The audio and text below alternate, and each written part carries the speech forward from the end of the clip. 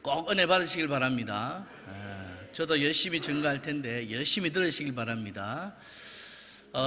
우리가 잘 아는 공자가 있죠. 공자가 말하기를 자신이 평생을 살아가면서 4가지 근심을 했다고 합니다. 그 4가지 근심이 뭔가 하면 첫째로 덕지불수라는 겁니다. 덕지불수. 무슨 말인가 하면 과연 자신이 인격을 제대로 연마하고 있지 않은 것에 대한 근심. 내가 정말 올바른 인격을 훈련받고 그리고 연마되어서 정말 훌륭한 인격적인 그런 삶을 살고 싶은데 내가 그렇게 하지 않고 있다는 것에 대한 근심을 하면서 살았다는 거죠. 덕지불수. 두 번째는 학지불강. 배움을 열심히 익혀야 되는데 그렇게 배우지 않는 것에 대한 자신에 대한 근심을 가지고 살았다는 겁니다. 좀 많이 배워야 되는데 좀 많이 배워서 좀 더 많은 학문을 그렇게 자신이 터득을 해야 되는데 그렇게 하지 않고 있는 자신에 대해서 근심을 하고 살았다는 거죠. 세 번째로는 문의불능사라고 했습니다. 옳은 것을 들었으면 자신이 실천을 해야 되는데 그렇게 살고 있지 않는 것 같아서 늘 근심하면서 살았다는 거죠. 그리고 네 번째는 불선불능계라고 했습니다. 좋지 못한 것들을 고치면서 살아야 되는데 그렇게 하지 못한 자신에 대해서 너무 근심하고 살았다는 겁니다. 그러니까 이 공자에게는 이런 4가지 근심이 있었다는 거죠. 덕지불수, 학지불강, 무리불능사, 불선불능계. 이런 근심이 자신이 가졌던 평생의 근심이라고 그렇게 이야기한 것을 보았습니다. 물론 인간이 지정의를 가진 인격체로서 이런 근심을 가지는 것은 당연한 것이죠. 또 이런 것들을 자라나는 우리 자녀들에게 교육적인 측면에서 가르침으로 해서 그렇게 가르친다면 좋은 교육적인 효과를 가져올 수 있다라고 그렇게 생각이 듭니다. 그런데요, 제가 이 공자의 근심을 들으면서 좀 미안하게도 헛웃음이 나왔다는 거죠. 왜냐하면 참 우리 공자님께서 고상한 근심을 하면서 살았다, 그런 느낌을 받았다는 거죠. 왜냐하면 제가 살아온 50년의 인생을 생각해 보니까, 너무 굴곡 있게 살아본 저의 인생을 생각해 보니까 참 이 공자님의 근심이 참 고상한 근심이었다, 그런 생각이 들었다는 거죠. 사랑하는 성도 여러분, 우리가 인생을 살다 보면 근심된 일을 만나죠. 절망된 일을 만납니다. 그것 때문에 낙심할 수밖에 없고 쓰러질 수밖에 없고 낙담할 수밖에 없는 그런 일들이 생기기 마련이지 않습니까? 그런데 공자님처럼 덕지불수, 학지불강 하면서 이런 것들을 돌아볼 여유도 없게 하는 그런 근심된 문제들이 우리 앞에 얼마나 닥쳐오게 되어 있습니까? 학업의 문제, 경제의 문제, 자녀 문제, 질병의 문제, 직장의 문제, 결혼의 문제, 그리고 인간관계에서 틀어진 인간관계의 문제도 그렇게 많이 찾아오는지, 한 곱이 넘겼다 싶으면 또 다른 문제가 우리에게 찾아와서 낙심하게 만들고, 억지로 그 고비를 넘겼다 싶으면 또 다른 문제가 찾아오고, 우리 인생 가운데 이런 문제들이 끊임없이 찾아오는데 결코 우리가 우리 공자님의 근심처럼 그런 근심을 돌아볼 여유도 없이 그런 문제가 찾아오는 것이 우리들의 인생이라는 것이죠. 그래서 좀 우아하게 살고 싶어도, 고상하게 살고 싶어도 그럴 여유조차 주지 않는 것이 우리의 인생이 아니냐 말이죠. 저의 말에 공감하시면 고개를 좀 끄덕끄덕 해주시기 바랍니다. 맞습니까? 전혀 근심이 없는 분들이 또 계시네요. 그냥 꼿꼿하게 계신 분들. 다시 이야기할게요. 인생의 고비고비 문제들이 그렇게 찾아오는지, 나 근심과 걱정 때문에 괴로워한 적이 있었다, 그냥 고개만 끄덕끄덕 하시면 돼요. 그렇죠. 그것이 바로 우리의 인생이라는 거죠. 통장에 아무리 잔고가 많이 있어도 근심된 일 때문에 하루라도 편히 살 날이 우리에게 없었던 적이 있었지 않습니까? 집이 아무리 넓고 화려해서 그 집이 좋아도 근심이 그 가정을 꽉 누르고 있기 때문에 결코 아름답거나 고상하거나 화려하게 살지 못하는 우리의 인생이 분명히 우리 앞에 있었단 말이죠. 그렇기 때문에 저는요, 생각해보면서 우리의 인생을 생각해보면서 하나님께서 주신 복 중에 가장 큰 복이 있다면, 하나님께서 주시는 복 중에 중요한 복이 있다면 그 하나가 근심하지 않는 복이라, 그렇게 깨닫는 사람입니다. 근심하지 않는 복이 여러분들에게 임하시길 바랍니다. 근심하지 않을 수만 있다면 얼마나 감사하겠습니까? 하나님은 하나님의 자녀들이 이 땅에 살면서 근심하면서 살기를 원하지 않습니다. 하나님은 절대로 하나님의 자녀들이 이 땅에 살면서 근심하며 살기를 원하지 않는다는 것이죠. 우리 다 같이 잠언 10장 22절을 함께 읽겠습니다. 다 같이 22절입니다. 시작.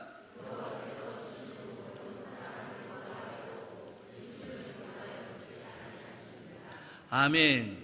말씀에서 뭐라고 합니까? 하나님은 절대로 하나님의 자녀들에게 근심을 겸하여 주지 않는다라고 그렇게 말씀을 하십니다. 우리에게 찾아오는 근심은 하나님께서 주시는 근심이 아니라는 거죠. 예수님께서 동일한 말씀을 하시지 않습니까? 우리 요한복음 14장 27절을 우리 함께 큰 소리로 읽어보겠습니다. 시작.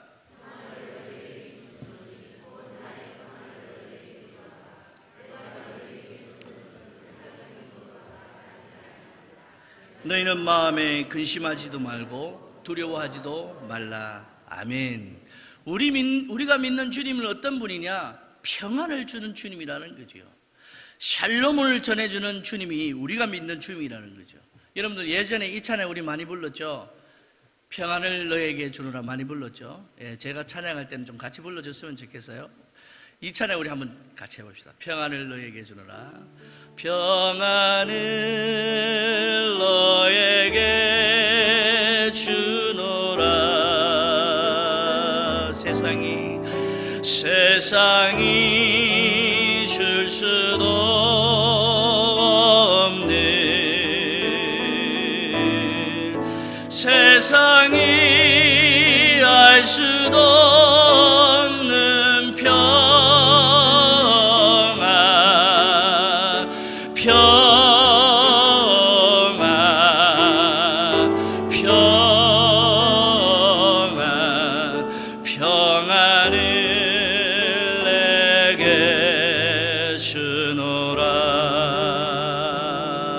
아멘.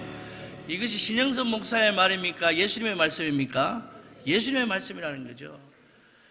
나는 너희들이 평안하기를 바래. 나는 너희들이 근심하지 않기를 원해. 나는 너희들이 평안과 샬롬이 넘쳐나기를 원해. 이것이 주님께서 원하시는 마음이고 하나님께서 원하시는 마음이라는 겁니다. 주님께서 주시는 평안이 여러분들의 삶 가운데 가득 넘치시기를 주님으로 축복합니다. 평안이 샬롬 아니겠습니까? 그런데 이 평안이 완전히 깨어진 시대가 있었습니다. 이방 나라로 인하여서 나라가 완전히 망해버렸을 때 샬롬과 평화와 평안이 완전히 깨어져 버렸던 시대, 그 시대가 있었다는 거죠. 우리 잠시 따라서 하겠습니다. 불순종하면 망합니다. 불순종하면 징계받습니다.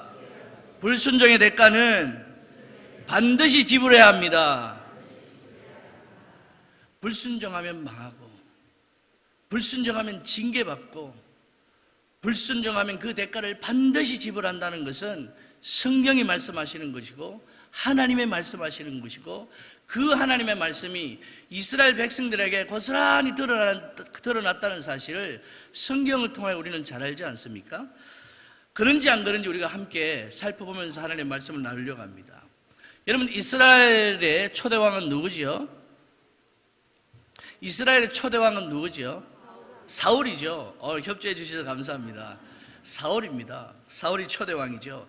그 다음 왕은 누구지요? 다윗이지요. 이 다윗이 통일 왕국을 이루게 됩니다. 그 다음 왕은 누구지요? 솔로몬이죠. 그리고 솔로몬의 아들이 누구지요?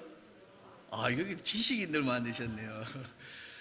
그 다음 솔로몬의 아들은 르호보암입니다. 르호보암 시대에 와서 나라가 남유다와 북이스라엘로 나눠지지 않습니까? 그래서 남유다가 르호보암의 왕이 되고, 남유다의 르호보암 왕이 되고, 북이스라엘의 여로보암이 그렇게 왕으로 등극을 하게 됩니다. 자, 그런데 북이스라엘은 19명의 왕이 등극하였고 209년 만에 아수르 왕 살만 에셀에 의하여서 완전히 멸망하고 맙니다. 우리 이사야 10장 5절 말씀을 현대인의 성경으로 함께 읽겠습니다. 다 같이 시작.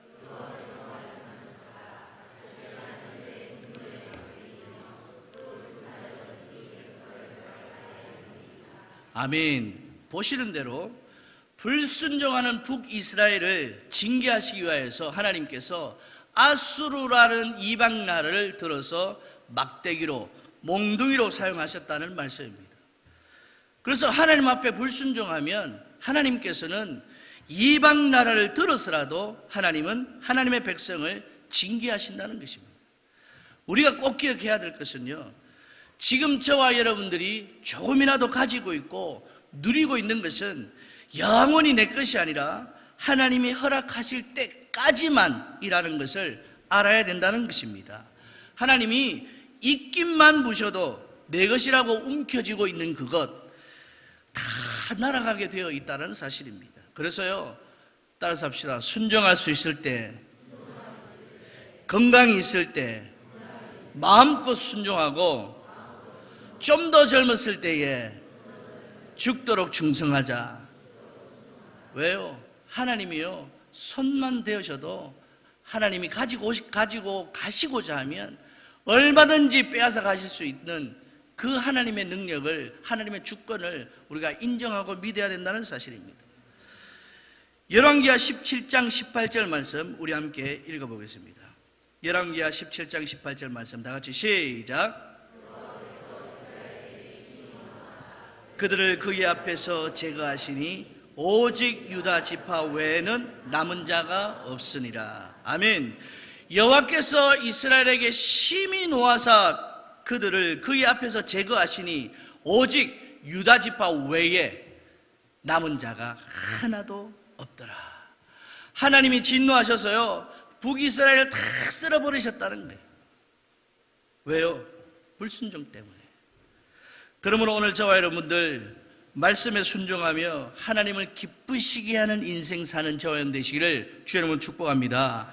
순종하시되 예수님이 십자가의 죽으심으로 하나님의 뜻에 순종함같이 순종해야 될 줄로 믿습니다. 어제 우리 성경대학교 시간에 나눴던 이야기입니다만, 여러분들 5가지 순종하고 5가지 불순종했습니다. 그러면 순종한 겁니까? 불순종한 겁니까? 맞죠? 잘 이해가 안 되시는 분 있습니까? 다시 이야기할게요.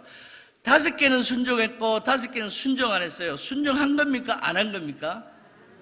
왜 이쪽에서는 대답을 안 하죠? 아리까리한가요? 그럼 다시 물어볼게요.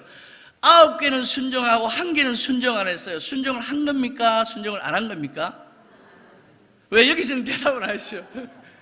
여기에서 오늘 이 부분에서 대답하면, 대답을 좀 해주시면 오늘 은혜가 넘쳐날 줄로 믿습니다. 다시 할게요. 9개를 순종하고 1개를 순종 안 했으면 순종한 겁니까? 안 한 겁니까? 그래도 끝까지 말씀을 안 해주시네요. 저도 고집이 있습니다. 다시 할게요. 9가지를 순종하고 1가지를 순종 안 했습니다. 그러면 순종한 겁니까? 안 한 겁니까? 안 한 거죠. 순종 안 한 거예요. 여러분, 여러분들 스스로가 나는 이만큼 했으면 순종했지라고 했는 그 순간, 여러분 잘 들어보십시오. 내가 아무리 9개를 순종을 했더라도 1개를 순종하지 않았다면 하나님 앞에서는 순종하지 않은 게 된 거죠. 그래서 예수님은요, 순종의 본을 보여주셨는데 어떻게 본을 보여주십니까? 고난을 받으시고 십자가에 죽기까지 하나님의 뜻을 순종함으로써 순종이 뭐다? 순종의 본을 보여주신 분이 바로 예수님이라는 사실입니다. 그래서 예수님은요, 죽음에 이르기까지 하나님의 뜻을 순종하면서 그리고 나서 우리에게 순종의 본을 보여주시고 순종을 요구하고 계시다는 것입니다. 그래서 성경은요, 완전한 순종을 원하시고 계시는데 그 완전한 순종을 예수님을 통하여서 보여주셨습니다. 어떤 순종이라고 했습니까? 십자가에 죽기까지 하나님의 뜻을 받드는 순종. 그 순종을 성경은 요구하고 계신다는 겁니다.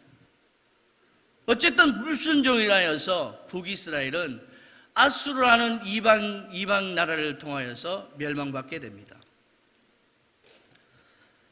그래서 약 209년 만에 BC 722년에 북이스라엘은 완전히 문을 닫아버립니다. 그리고 남유다입니다. 남유다는 솔로몬의 아들 르호보암으로부터 20명의 왕이 등극하는데요, 그 역시 북이스라엘이 멸망한 지 약 136년 후에 BC 586년에 바벨론에 의하여서 또 망하게 됩니다. 우리 예레미야 20장 4절 말씀을 우리 함께 읽어보겠습니다. 다 같이 시작.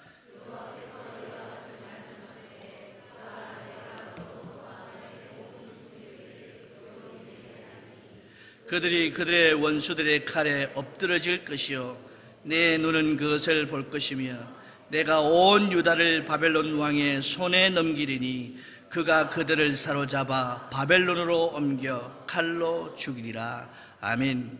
하나님께서 불순종하는 남유다를 바벨론 왕의 손에 넘기셨다는 것입니다. 그래서 남유다가 바벨론 왕의 손에서 멸망하게 되는데요, 완전히 멸망당하기 전 약 15년 전부터 당시의 왕은 여호야김이라는 왕이 등극하고 있었는데요, 마지막 여호야김 다음의 왕이 여호야긴이었고 그리고 마지막 왕이 시드기야였는데 약 15년에 걸쳐서 이 바벨론이 4번이나 침공하여서 3번의 포로를 그렇게 잡아갔다는 역사를 성경은 이야기하고 있습니다. 이 하나님께서 바벨론이라는 이방 나라를 들어서 이 남유다를 완전히 박살을 내는데요, 4차례나 쳐들어와서 3번에 걸쳐서 포로들을 다 잡아갔다는 것이죠. 여러분, 나라가 망한 것도 큰 절망인데 포로된 삶을 살아야만 했던 이스라엘 백성들이 얼마나 절망적인 삶을 살았을까요? 이 절망적인 상황을 모두 목격한 선지자가 한 사람이 있었습니다. 눈물의 선지자 예레미야라는 사람입니다. 포로로 잡혀가고 그리고 이 참담한 과정을 예레미야는 직접 다 목격을 하고 있었다는 거죠. 그래서 이 예레미야는 자신이 목격한 그 상황을 어디에다 기록해 놓았는가 하면 예레미야 애가에다가 그대로 기록을 해 놓았습니다. 여러분들, 예레미야 애가 1장 1절의 첫 부분이 무엇으로 시작되는지 기억나십니까? 기쁘다의 반대말, 슬프다. 예레미야 애가서의 1장 1절이요, 슬프다로 시작합니다. 여러분들, 2장 1절 첫 부분은 뭘로 시작된 줄 압니까? 예, 그거 맞아요. 생각하는 그거 맞아요. 시작. 뭐요? 슬프다. 여러분, 4장 1절이 뭘로 시작된 줄 알아요? 예, 그거 맞아요. 시작. 슬프다.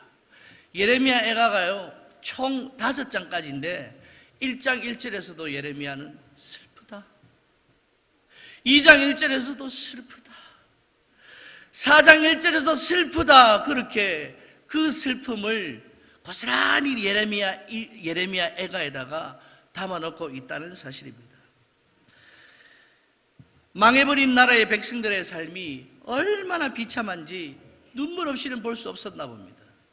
그래서 예레미야는 눈물로 이 예레미야 애가를 기록하게 된 것 같습니다. 여러분들, 바벨론 군대가 예루살렘 성을 정복했습니다. 그들이 어떻게 했는가 아십니까? 여호와의 전과 왕궁을 불살라버립니다. 예루살렘의 모든 집을 불살라버렸습니다. 그리고 사면 성벽을 모두 헐어버렸습니다. 여호와의 전에 있는 기구들을 다 깨트려버렸습니다. 그리고 금과 은과 녹그릇들을 모두 바벨론으로 다 가져갔습니다. 왕과 많은 백성들이 끌려갔습니다. 남은 백성들은 비참하게 살다가 죽어갔습니다. 거리의 뒹구는 시체들로 가득했습니다. 여러분들, 이런 예루살렘을 바라보는 예레미야 눈에서는 하염없이 눈물이 흘러내리고 있었다는 겁니다. 예레미야가 들은 내용이 아니에요. 예레미야가 직접 목격을 한 이야기를 지금 기록해 놓고 있었다는 거죠. 절망에 빠진 백성들의 비참함을 예레미야가 특별히 예레미야 애가 5장 11절에서 16절로 해서 기록해 놓고 있습니다. 우리 다 같이 한번 11절부터 16절까지 말씀을 천천히 한번 읽어보겠습니다. 다 같이 시작.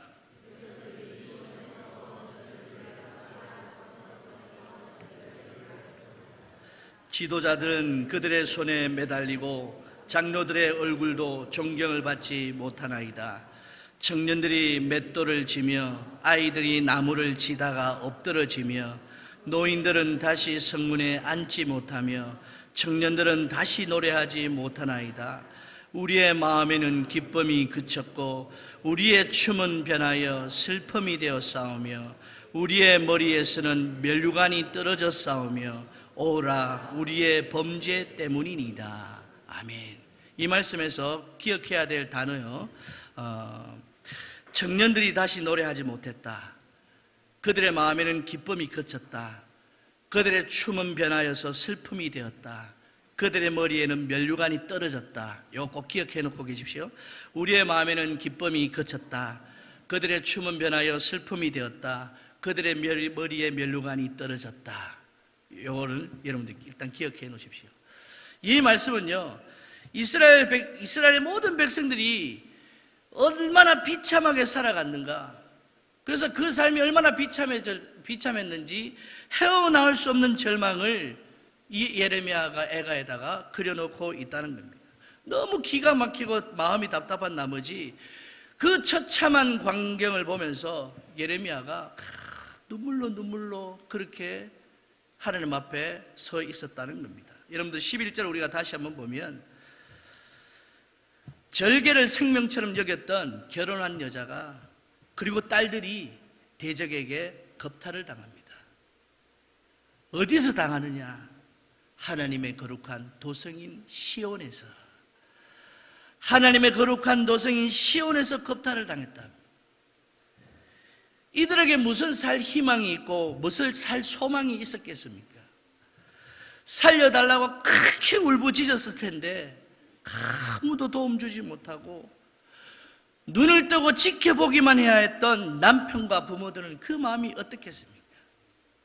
살아있어도 죽음보다 못한 삶을 살게 되지 않았겠습니까? 그리고 12절에서 보면 뭐라고 얘기하는가 하면, 지도자들은 그들의 손에 매달리고 라는 말이 있습니다. 지도자들은 왕족이나 그리고 고위층 사람들을 말하는 건데요, 그들이 늘 존경만 받다가, 그리고 존경받아야 할 이 장로들이 손에 매달렸다는 것이 뭡니까? 손에 묶여서 고문당하는 상황을 이야기하고 있는 겁니다. 공중에 매달린 상황을 이야기하고 있는 거죠. 한때는 천하를 호령했던 이들이 이방 나라에게 나라를 빼앗기고 두 손을 꽁꽁 묶인 채 고문을 당하고 있다는 거죠. 사형 날짜만 기다리고 있습니다. 절망이죠. 그리고 13절 말씀 뭐라고 얘기하는가 하면, 청년들은 맷돌을 지며 고된 노동에 시달려야만 했다라고 이야기합니다. 아이들조차도 무거운 짐을 지다가 쓰러지기를 반복해야만 하는 비참한 삶을 살았다는 거죠. 아이 아버지라서 그런지 이 부분에 있어서 막 울컥하더라고요. 여러분들의 아이들이 무거운 노역에 시달리고 짐을 지고 가다가 자빠지고 했다고 생각해 보십시오. 얼마나 기가 막힌 광경입니까? 14절 보십시오. 14절에서는 청년들이 다시는 노래하지 못했다라고 이야기합니다.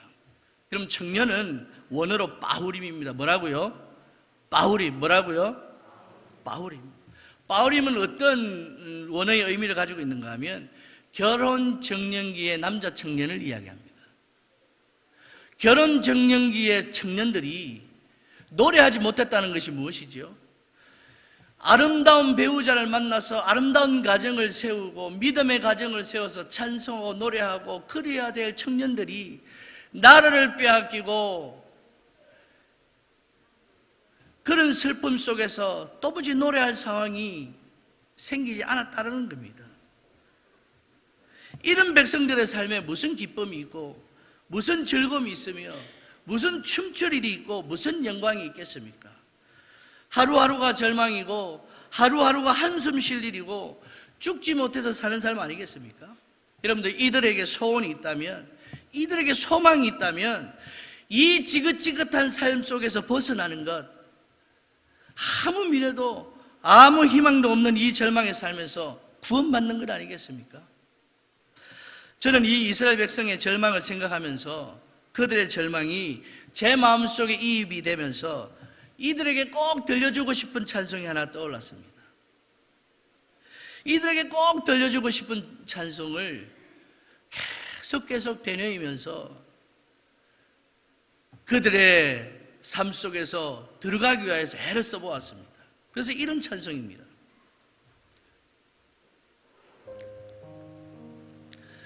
주께로 한 걸음씩 왜 가지 않느냐, 내 죄를 자복하고 그 앞에 나가라. 한 걸음씩 한 걸음씩 주께 나오라. 주님께 아뢰이면 너 복을 받으리라. 값없이 주는 은혜 너 거절 말아라. 우리 다 같이 한 걸음씩 한 걸음씩 한 걸음씩 주께 나오라. 주님께 아뢰이면 너 복을 받으리라. 값없이 주는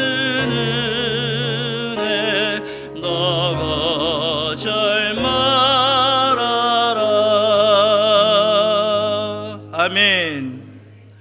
어떠한 절망과 근심이 찾아왔더라도 주께 나와 아뢰이면 복을 주시는 하나님이 우리 하나님을 믿어야 될 줄로 믿습니다. 이들의 절망과 참담함은 불순종에 대한 하나님의 심판이었습니다. 그런데요, 이들의 절망을 100여 년 전에 바라보았던 선지자가 있었습니다. 이들이 하나님의 심판을 받아서 절망 가운데 떨어져서 아무 희망도 없이 아무 소망도 없이 살아갈 수밖에 없는 그 삶을 100여 년 전에 바라본 선지자가 있었습니다. 바로 이사야 선지자라는 것입니다.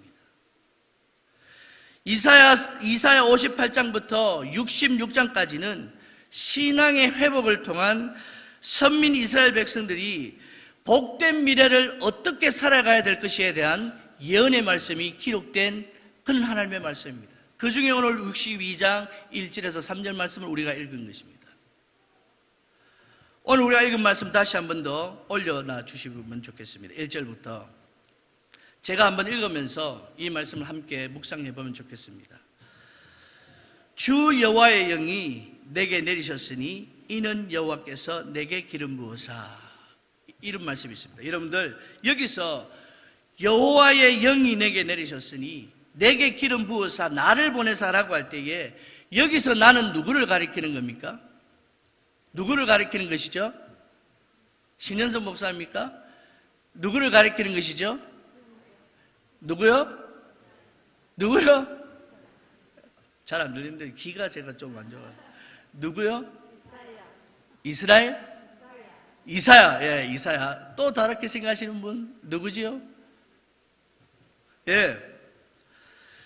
여기서 주 여호와의 영이 내게 내리셨으니 내게 기름 부어서 나를 보내사라고 할 때에 여기서 나는 바로 메시아 예수 그리스도를 가리키고 있다는 것입니다. 여러분들 누가복음 4장 16절 말씀 보면 예수님께서 나사렛 회당에 들어가셔서 안식일 날 하나님의 말씀을 펴놓고 말씀을 가르칠 때에 이 이사야 61장 1절 2절을 읽으셨습니다.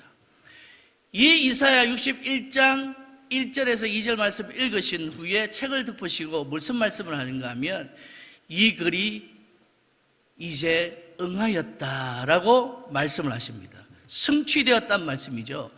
이 글이 왜 성취되었다고 말씀합니까? 예수님께서 이 땅에 오셨으니 메시아 예수 그리스도께서 이 땅에 오셨음으로 해서 이제 성취되었다는 것이죠.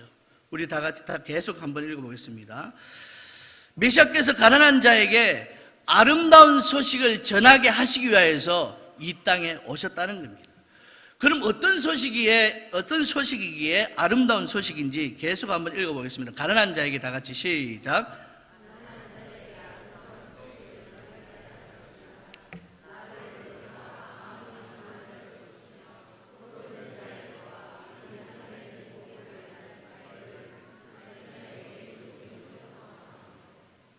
자, 여기 말씀 보면 2절 서두에 어떤 해를 이야기합니까? 여호와의 은혜의 해라는 말씀이 있습니다. 2절 서두에 보면 여호와의 은혜의 해.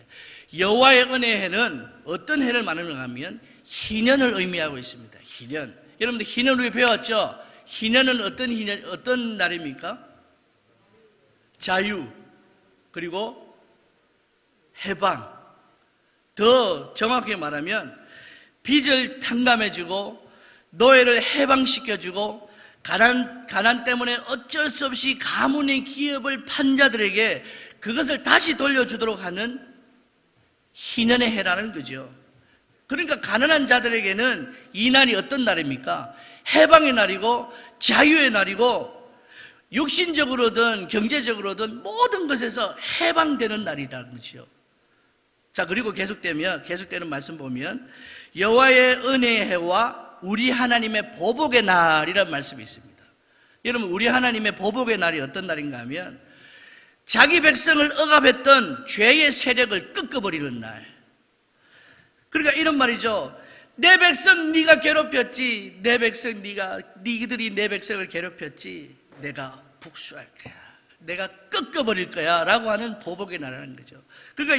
그러니까 메시아께서 이 땅에 오시는 날 희년을 선포하시고 죄의 세력을 꺾어주시고, 우리 계속 한번 읽어보겠습니다. 우리 하나님의 보복의 날을 선포하여 모든 자를 시작. 모든 슬픈 자를 위로하되 무릇 시온에서 계속 시작. 무릇 시온에서 슬퍼하는 자에게 화관을 주어 그 죄를 대신하며 기쁨의 기름으로 그 슬픔을 대신하며 찬송의 옷으로 그 근심을 대신하시고 그들의 의와 나무 곧 여호와께서 심으신 그 영광을 나타낼 자라 일컬음을 받게 하려 하심이라. 아멘. 아까 여러분들 예레미야 애가에서 이스라엘 백성들이 당했던 처참한 상황을 우리가 읽으면서 제가 기억해 놓으라고 하는 단어 있었죠? 있었어요? 없었어요? 있었죠? 자, 다시 한 번 더 우리가 그걸 기억하면서 3절부터 다시 한 번 읽어볼게요. 3절부터 무릇 시온에서 시작. 무릇 시온에서 슬퍼하는 자에게 화관을 주어 그 죄를 대신하며 기쁨의 기름으로 그 슬픔을 대신하며 찬송의 옷으로 그 근심을 대신하시고 그들의 의의 나무 곧 여호와께서 심으신 그 영광을 나타낼 자라 일컬음을 받게 하려 하심이라. 아멘. 여러분들, 이들이 불순종하여서 하나님 앞에 진노의 자리에 있었을 때는 죄를 뒤집어 썼어야 합니다. 자녀들이 유린당하고 나라를 빼앗기고 청년들이 다시는 노래하지 못하고 춤출 수 없는 그런 상황에, 그런 비참함에 처해 버렸었습니다. 그런데 메시아가 오시면서, 메시아 구원자가 오시면 슬픔이 변하여 기쁨이 될 것이고, 너희 머리에 화관을 씌워줄 것이고, 춤출 수 있게 하시며 기쁨과 즐거움으로 살게 될 수 있도록 회복시켜 주실 것이다 라고 하는 것이 오늘 이사야가 바라본 하나님의 사랑이었고 하나님의 긍휼이었다는 것입니다. 이들이 절망 가운데 있는 이 상황에서 이들이 가장 듣고 싶었던 아름다운 소식은 예수님이 곧 오셔서 우리를 해방시켜 줄 거야. 예수님께서 곧 오셔서 우리에게 자유를 허락하여 주실 것이야. 예수님께서 오시면 우리의 슬픔을 기쁨으로 만들어 주시고 근심이 변화해서 춤출 수 있게 해 주실 것이야. 이 메시아가 오시면 반드시 우리에게 노래하게 해 주실 것이야 라고 하는 미래의 소망을 하나님께서 이사야를 통하여서 예언해 놓고 계신다는 것입니다.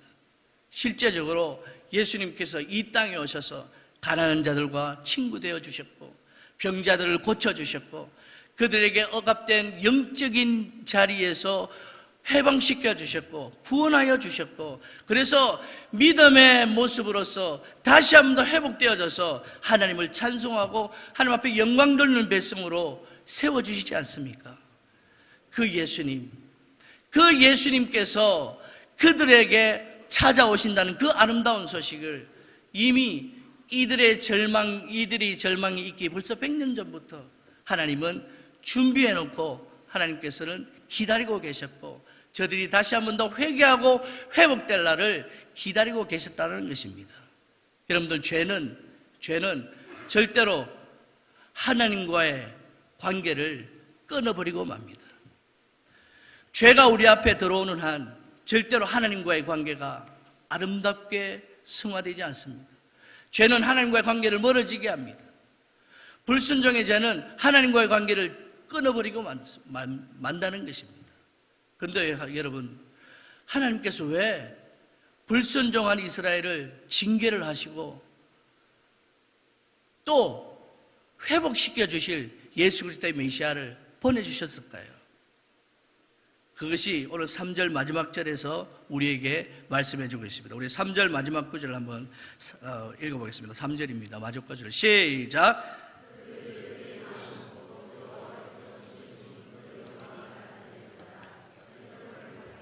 우리 다시 한번 더 크게 시작. 그들의 의의 나무 곧 여호와께서 심으신 그 영광을 나타낼 자라 일컬음을 받게 하려 하심이라. 아멘.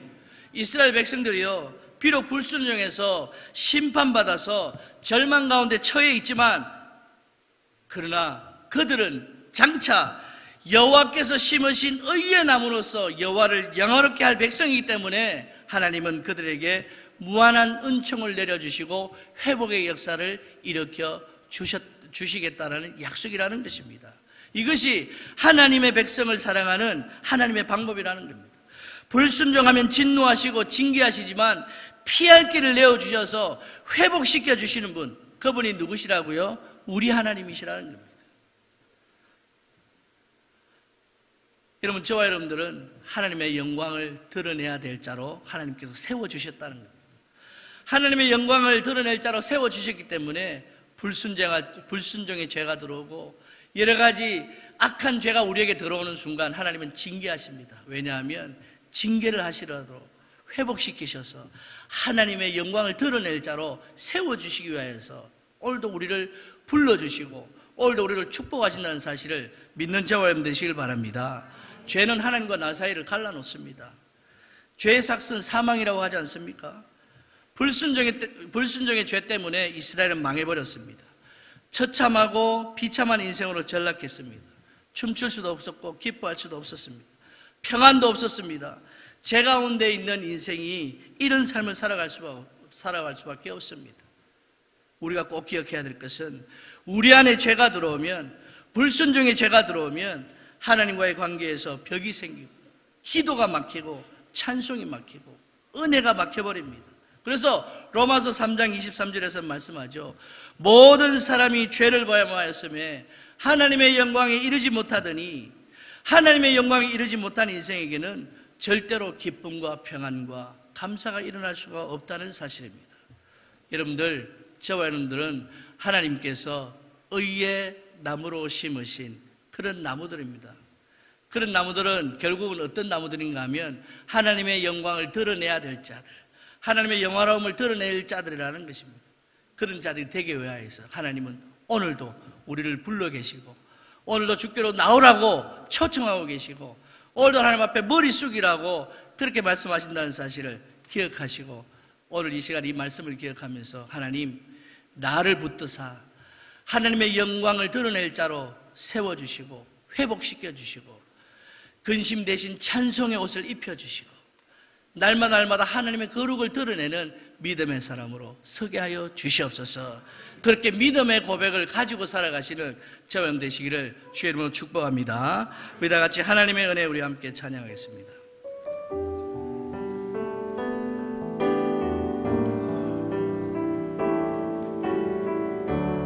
나를 지으신 네가 하나님, 나를 부르신 네가 하나님, 나를 보내신 이도 하나님, 나의 나 된 것은 다 하나님 은혜라. 나의 달려갈 길, 나의 달려갈 길 가도록 나의 마지막은 다하도록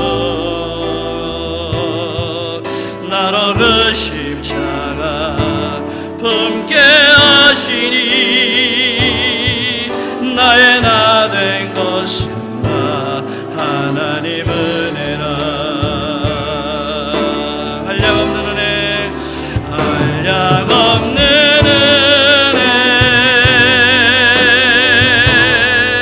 갚을 길 없는 은혜, 내 삶을 애워 사는 하나님의 은혜, 하나님의 은혜. 나 주저함 없이 그 땅을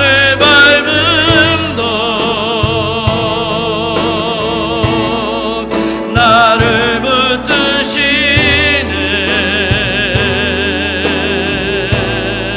하나님의 은혜, 한량없는 은혜, 갚을 길 없는 은혜,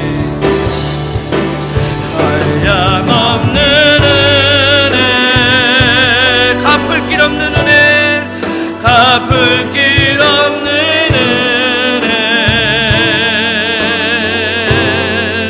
내 삶을 사는 하나님의 은혜, 나 주저함 없이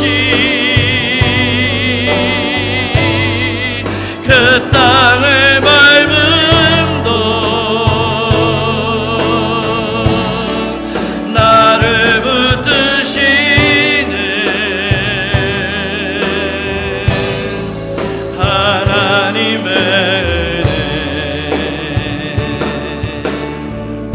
시간 함께 기도하기를 원합니다. 하나님은 오늘 우리를 회복시키기를 원하십니다. 하나님을 예배하는 인생으로 세우시기 위해서 구원자 예수님을 보내주셔서 십자가를 지게 하셨고 그 주님을 믿는 믿음으로 승리하며 살아가기를 원하십니다. 여러분, 오늘 이스라엘 백성들이 불순종함으로써 완전히 처참하게 멸망당하는 그런 비참한 시대를 맛보았습니다. 여러분도 오늘 우리에게 불순종의 죄는 없는지 돌아보시길 바랍니다. 9가지는 다 순종하였지만 순종하지 아니한 그 한 가지 때문에 기도가 막히고 찬송이 막히고 기쁨과 평안이 막히지 않았습니까? 오늘 불순종의 죄를 우리 모두 회개하고 하나님이 주신 회복의 역사가 우리 가운데 있게 해달라고, 죄 대신 화관을, 슬픔 대신 희락을, 근심 대신 찬송의 옷을 입혀주시는 하나님의 역사가 오늘 이 밤에 있게 해달라고 우리 다같이 주여 삼창하며 우리의 불순종을 회개하고 회복시키시는 하나님의 역사가 내게 임하게 해달라고 우리 다같이 주여 3번 부르짖고 함께 합심하여 기도하겠습니다. 다같이 주님 부르짖습니다. 주여, 주여, 주여.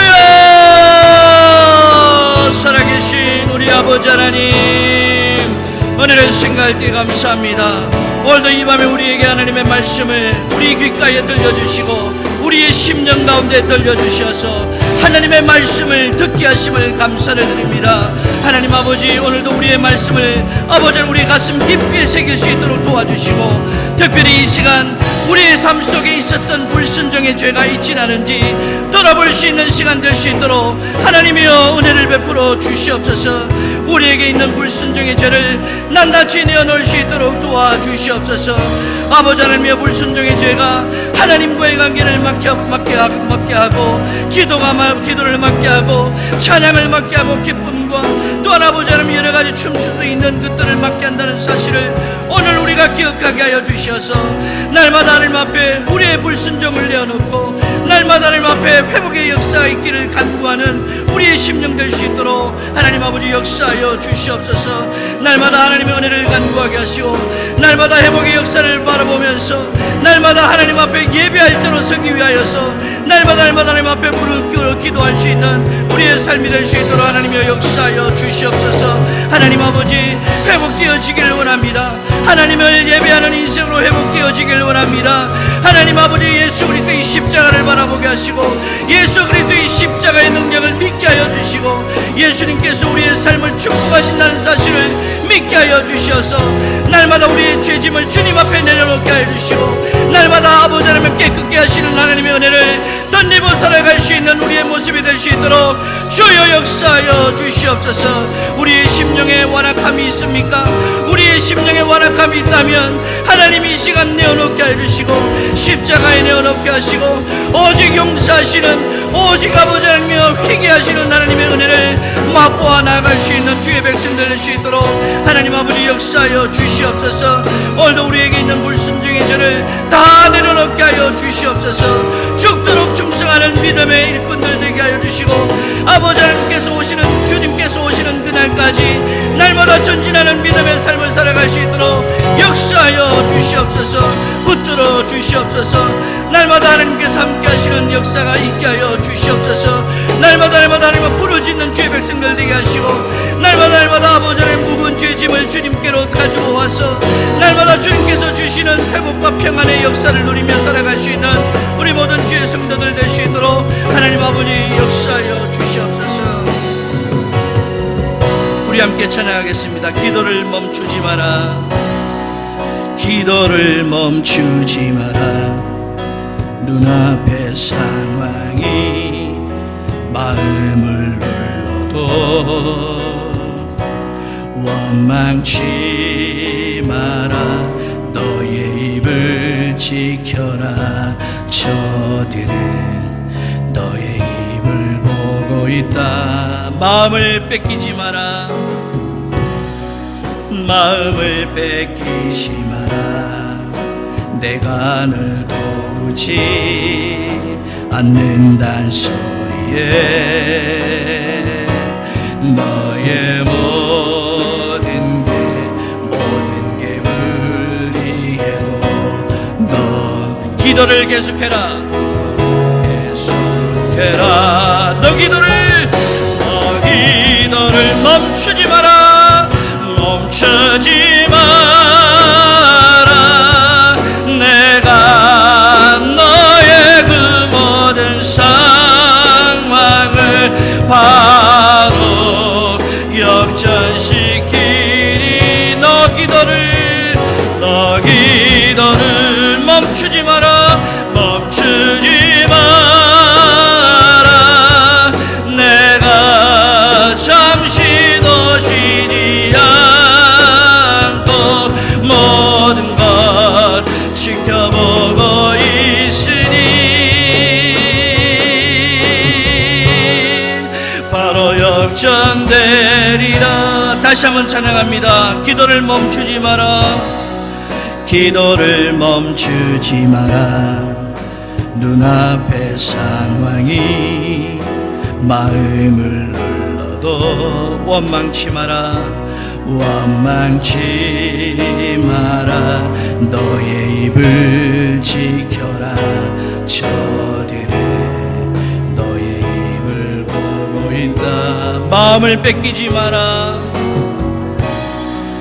마음을 뺏기지 마라 내가 늘 도우지 않는단 소리에 너의 모든 게 불리해도 너의 모든 게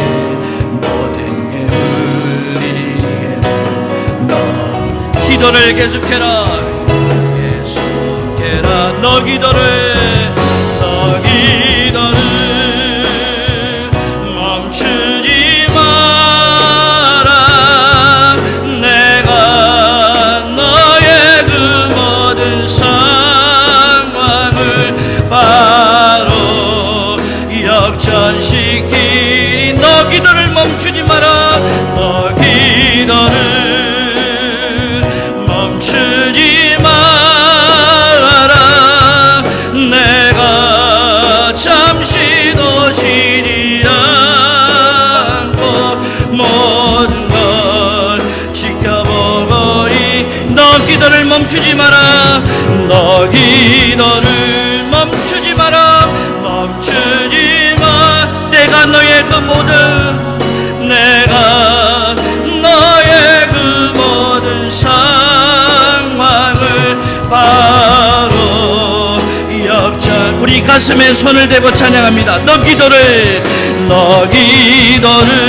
멈추지 마라 멈추지 마라 내가 잠시도 쉬지 않고 모든 걸 지켜보고 있으니 너 기도를 멈추지 마라 멈추지 마라 내가 너의 그 모든 상황을 바로 역전시키리니 너 기도를 멈추지 마라 내가 잠시도 쉬지 않고 모든 걸 지켜보고 있으니 바로 역전되리라. 이 시간 다시 한 번 더 기도합니다. 분명한 것은 주의 이름으로 나와서 주께 부르짖는 자를 반드시 회복시켜 주신다는 것입니다. 그 이유는 여호와께서 심으신 의의 나무로서 우리가 여호와를 영화롭게 할 백성이기 때문에 오늘도 하나님께서는 주께 나오는 자를 회복시켜 주시고 은혜 내려 주신다는 것입니다. 그렇다면 우리가 어떻게 살아야 되겠습니까? 하나님을 영화롭게 하면서 하나님의 자존심을 높여드리며 살아야 되지 않겠습니까? 이 시간 우리 함께 기도할 때에 하나님, 부족한 나를 붙들어 주셔서 하나님의 영광을 드러내는 예배자로 살게 하시고 복음 전도자로 살게 하시며 주의 사랑을 증거하고 나타내는 이 시대의 바울과 같이 살아갈 수 있도록 힘과 능력을 주시옵소서. 하나님을 영화롭게 하는 믿음의 삶을 살아갈 수 있도록 붙들어 주시옵소서. 우리 다 같이 바울처럼 살게 해달라고, 하나님을 영화롭게 하는 믿음의 삶을 살아갈 수 있게 해달라고 우리 다 같이 주여 삼창하고, 여러분들이 각자 기도하고 싶은 모든 것들을 기도하는, 그리고 그렇게 기도하시고 돌아가는 시간 되시길 바랍니다. 우리 다 같이 주여 삼창하고 기도하겠습니다. 주여